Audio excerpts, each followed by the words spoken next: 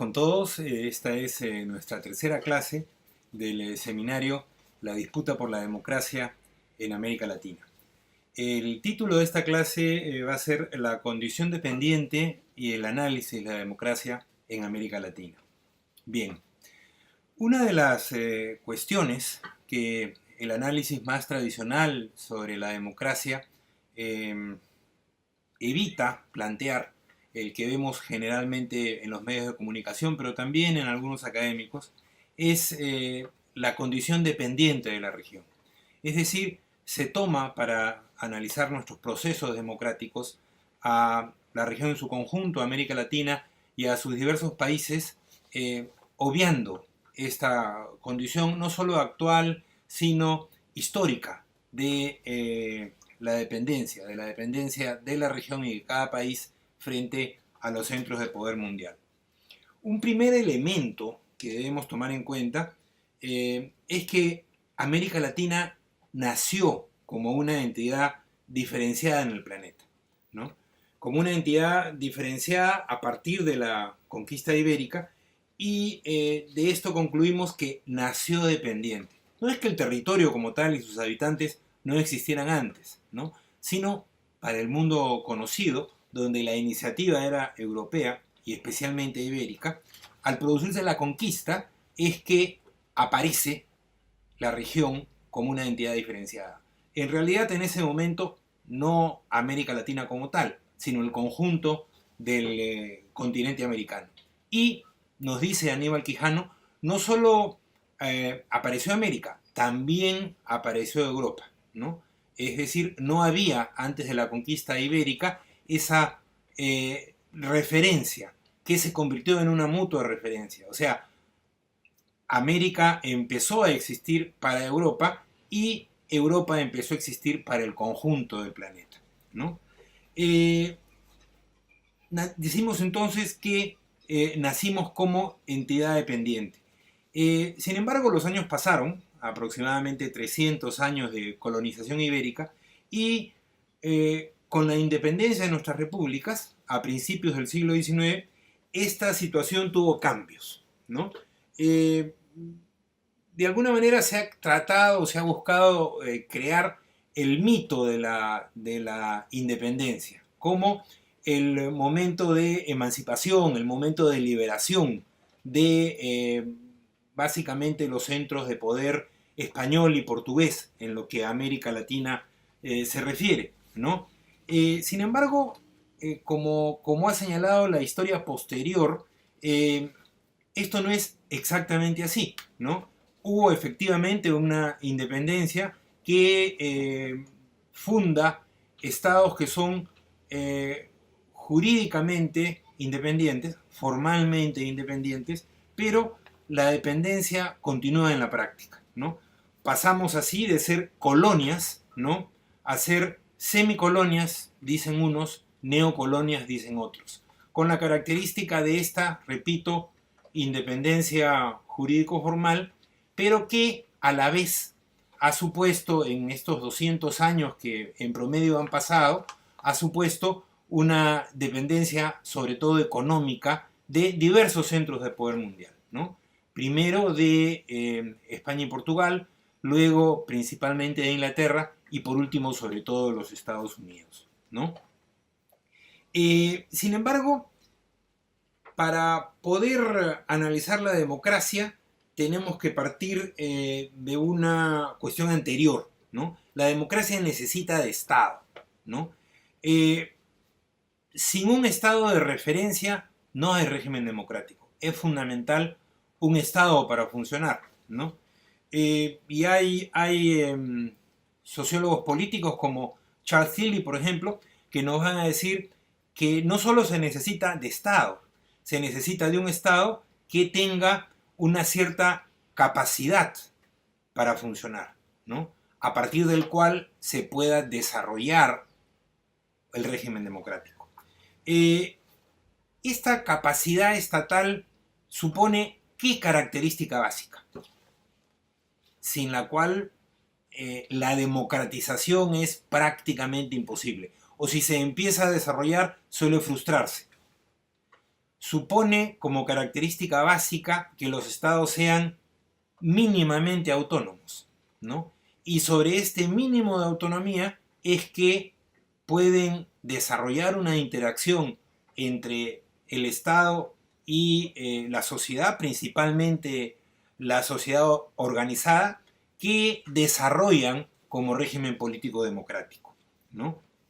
Bien, hay necesidad, por lo tanto, de ser cada vez menos dependientes y más autónomos para poder impulsar el proceso de democratización. Y si bien la correlación no es directa, si nosotros analizamos en el largo periodo de la historia de la región, vamos a ver que cuando han habido ofensivas de los centros de poder imperial contra nuestras repúblicas, los regímenes han tendido a ser más autoritarios que democráticos y viceversa, ¿no? Y esto incluso lo podemos ver en las actuales circunstancias, ¿no? Podemos ver cómo el deterioro de la democracia en los últimos años, en los últimos 3, 4 años en América Latina, que toma, en fin, diversas formas y diversos tipos de conflicto en los distintos países, pero repito, el deterioro de la democracia tiene que ver con el debilitamiento de las iniciativas de autonomía de la región frente a los centros de poder mundial. Y esto en las siguientes clases lo vamos a ver con más detalle, ¿no?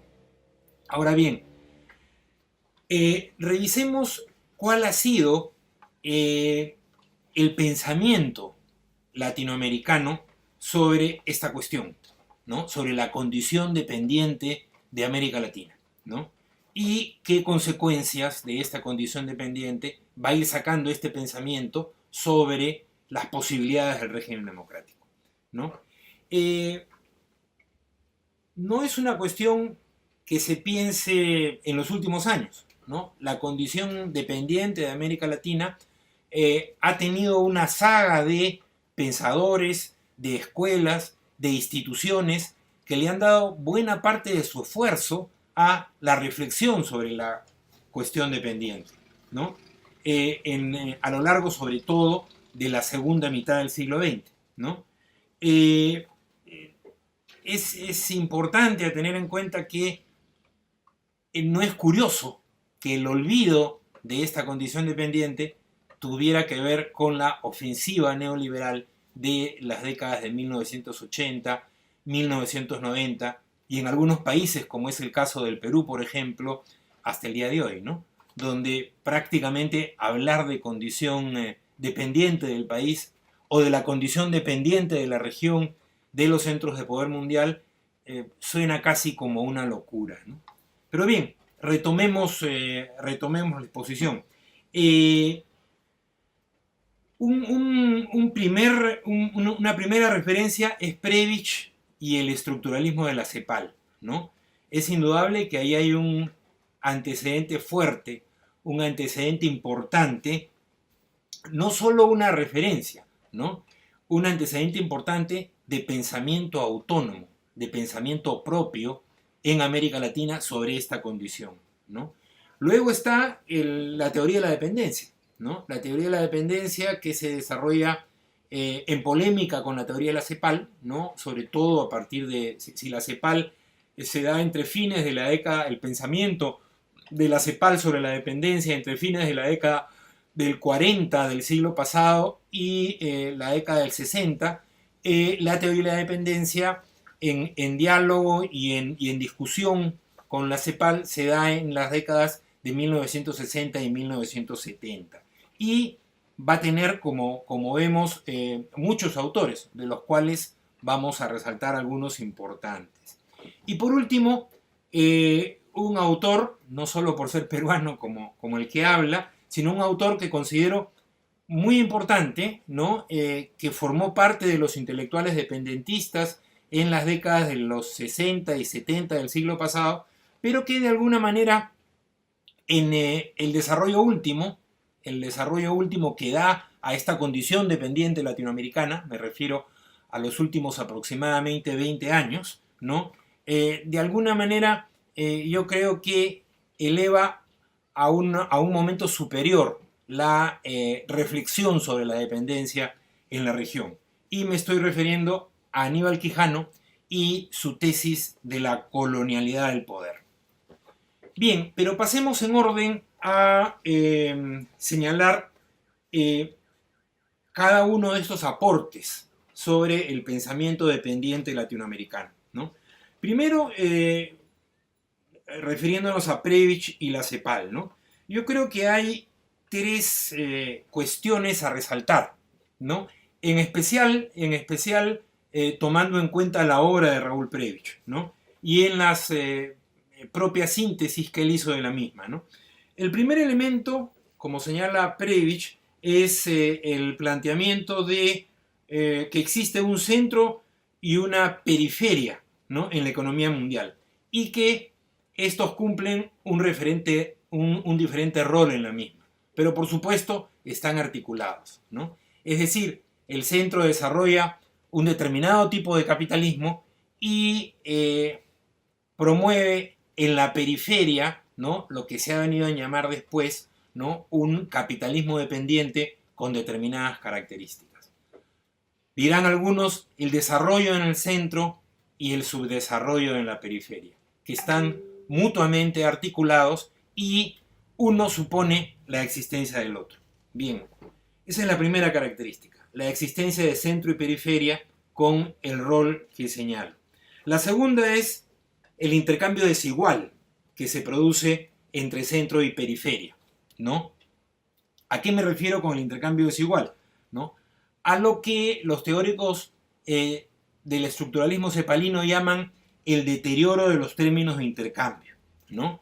Es decir, la producción de productos producto de la economía extractiva, de las materias primas para la exportación, ya sea productos agrícolas, ganaderos, mineros, como en el caso peruano, o de gas y petróleo, ¿no? Tienen una pérdida de su... un deterioro de sus precios en el largo periodo, ¿no? Mientras que la producción de manufacturas en los países centrales tienen una ganancia en sus precios en el largo periodo. Esto produce una boca de cocodrilo, ¿no? Es decir, los productos manufacturados suben de precio, mientras que las materias primas, que son las mercancías que nosotros exportamos al mercado mundial, bajan de precio. Por lo tanto, se produce un deterioro de los términos de intercambio, ¿no? Nosotros debemos comprar caro y vender barato. Por lo tanto, nos descapitalizamos constantemente. Y por último, Prebisch y la CEPAL plantean como alternativa el desarrollo industrial para generar empleos, redistribuir ingresos y crear un mercado interno, ¿no? Lo que se llamó en la época la industrialización por sustitución de importaciones, con variantes, ¿no?, en el propio pensamiento de Prebisch y de la CEPAL, ¿no? La idea de que había que producir manufacturas con mayor valor agregado en un primer momento para crear un mercado interno y producir estas manufacturas con valor agregado en un segundo momento para exportar, como hizo la industrialización asiática, productos con valor agregado, ¿no? Lo cual de alguna manera pudiera equilibrar nuestra balanza comercial con los países centrales o los países capitalistas desarrollados.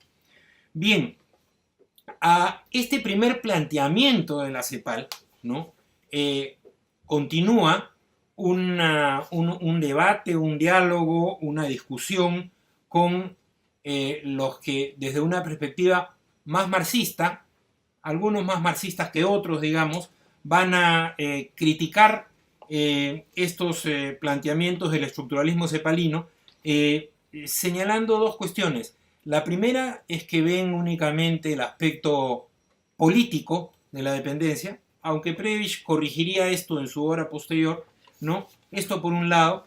Y por otro lado, sobre todo en el texto de Cardoso y Faleto de la segunda mitad de los años 60, dependencia y desarrollo en América Latina, y como segunda cuestión, el hecho de que la dependencia, señalan, no es solo un fenómeno externo, sino es también un fenómeno interno, ¿no? Y por lo tanto supone una articulación de dominación interna dentro de nuestros países al mismo tiempo que de explotación económica, ¿no?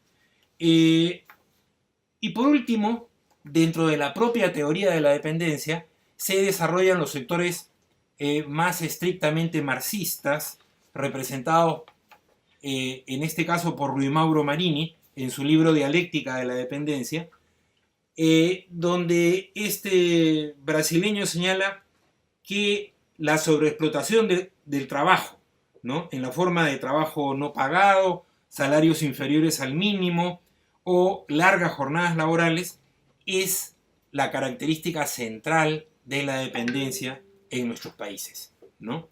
Es sobre esta sobreexplotación, dice Marini, que reposa la acumulación de capital en el capitalismo dependiente, ¿no?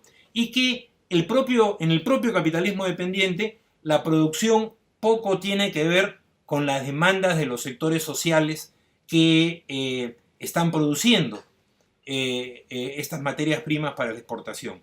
No le interesa, por lo tanto, a los patrones que los salarios cubran las necesidades de los trabajadores, porque el capital realiza sus ganancias en otros mercados, no las realiza en nuestros países.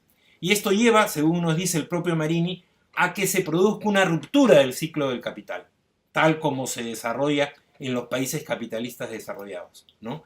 Razón por la cual nosotros no podemos producir, ¿no?, la reproducción ampliada tal cual se desarrolla en los países centrales, ¿no?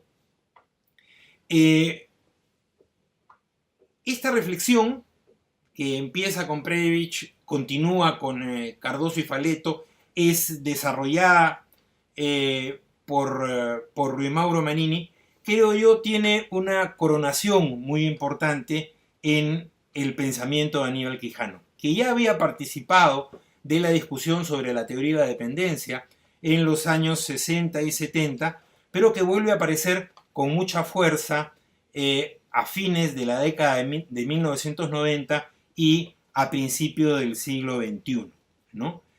Por eso señalo que Aníbal Quijano elabora en esta saga de pensamiento su tesis sobre lo que él llama la colonialidad del poder, ¿no? Quijano parte señalando, ¿no?, que desde la conquista hasta nuestros días se han afianzado estructuras históricas, sociales y políticas de dependencia entre nuestra región y los centros de poder colonial e imperial, ¿no? Y que estas estructuras, ¿no?, y esto es el elemento importante en su planteamiento, que estas estructuras giran alrededor de la clasificación de la población, a partir de la idea de raza, ¿no?, como eje fundamental del poder colonial, ¿no? La clasificación racial, dice Quijano, y la sobreexplotación del trabajo, ¿no?, una cuestión que retoma de la teoría de la dependencia y especialmente de Rui Mauro Marini, están estructuralmente asociadas, ¿no?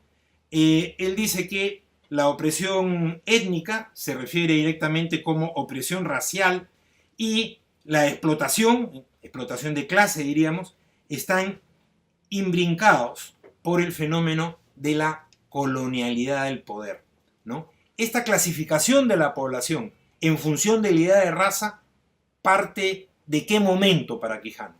Parte del momento de la conquista ibérica, donde es central la idea de que aquellos seres que los conquistadores encuentran en este nuevo territorio, que vendría a ser luego América Latina, no tienen para ellos la característica de seres humanos. Es más, y se refiere Quijano a ello también en alguno de sus escritos, esto motiva una polémica, ¿no? La polémica alrededor de el cura dominico Bartolomé de las Casas, ¿no? Que sostenía que sí eran seres humanos, frente a otros que afirmaban lo contrario, ¿no? Lo que se impone, va a señalar Quijano, ¿no? Es esta diferencia en base a la cual se estructuran nuestras sociedades. En el Perú, por ejemplo, en el Perú y en la zona andina, ¿no? Los conquistadores españoles y luego los cronistas hablan de república de españoles y de república de indios, como una suerte de sociedades diferenciadas, ¿no?